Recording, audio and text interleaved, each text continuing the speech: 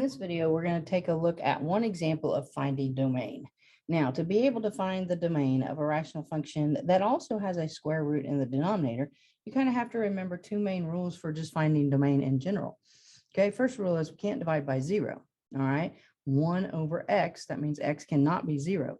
All right, this is when you do this on your calculator, you get the error message. It's because we cannot divide by 0. Okay, so that means in any problem that we do, the denominator can never equal 0. All right, your second rule is you can't take the square root of a negative number.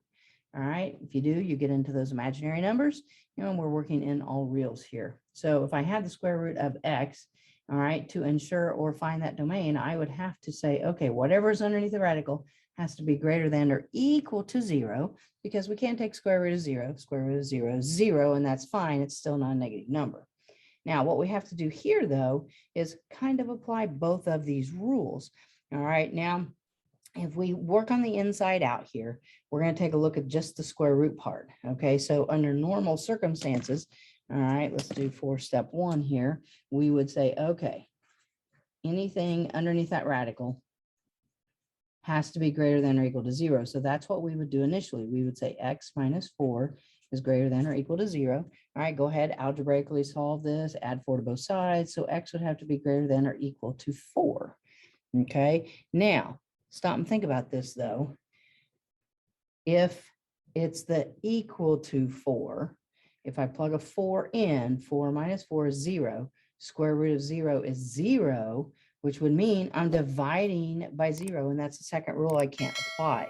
All right, so because the radical is in the denominator here, I really only need to take this and set it greater than 0, because I don't want it to be equal to 0, because I'll make that denominator 0, in which case then x is greater than 4. Okay, so this is the way we need to go. You've got to consider both rules because you can't break either one of them. Okay, now if I just want to then take this answer kind of in a step 2 and look at it in terms of a number line. Okay, so all the numbers that are greater than 4, well, here would be 4, 5 would be over here, 3 would be over here. All right, greater than 4 means 4 is not included because we saw that 4 made that 0. All right, but numbers that are bigger are over here all the way to infinity. And we remember positive infinity is all the way down there.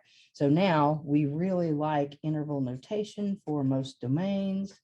So interval notation, I will write this using the number line.